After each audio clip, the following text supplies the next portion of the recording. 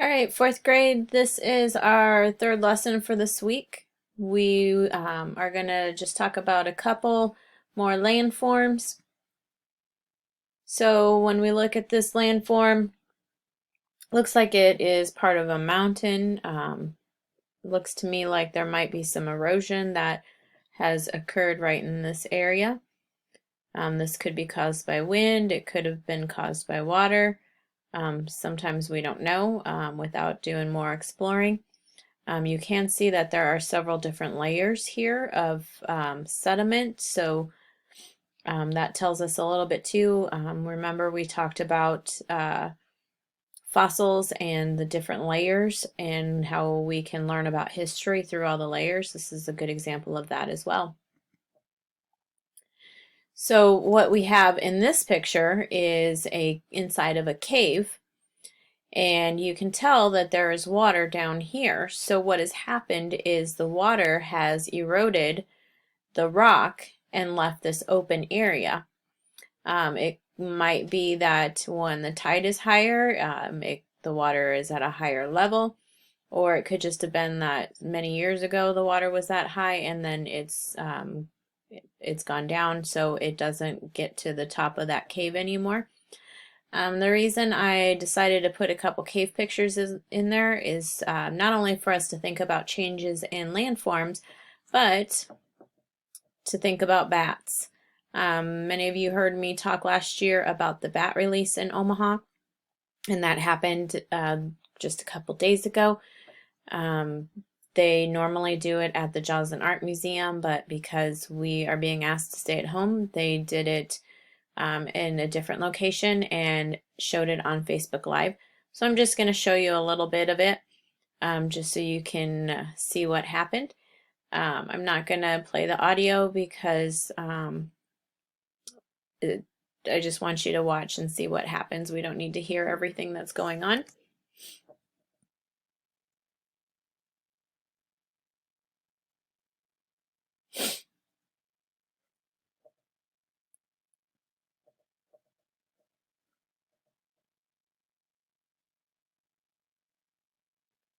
Let me jump ahead a little bit.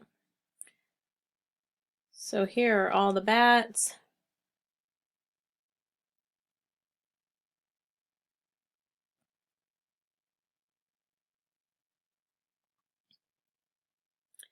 And in this cage, they said that these are all females, they're all girls. These are all bats that have been found over the winter. Either they were injured or they were in a place where they were not going to be warm enough. And so they take them to the Nebraska Wildlife Refuge and take care of them and give them a warm place during the winter. And then every year around this time, they keep an eye on the weather to see when temperatures will stay above freezing so that once they release the bats, they know they'll stay warm. And also with the warmer temperature, they have more food available. There's more insects flying around, so they know that the bats will have enough to eat. So I'm just going to let you watch for a little bit. It's just kind of cool to see them releasing these bats. I don't know if I said it already, but they released about 400 bats at this event. There's the big cage that's on the table, and then there's another large cage, and then they have several small ones that you can see underneath the table.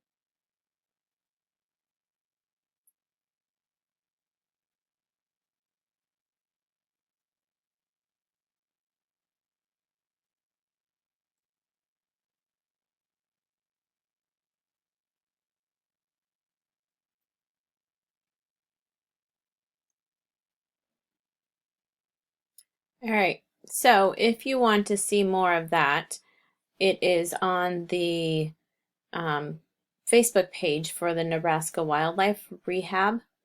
And they have the full video. It's about 45 minutes long, so I didn't want to show you the whole thing, but they give a lot of really good information about the brown bats that they released, and also about other species of bats.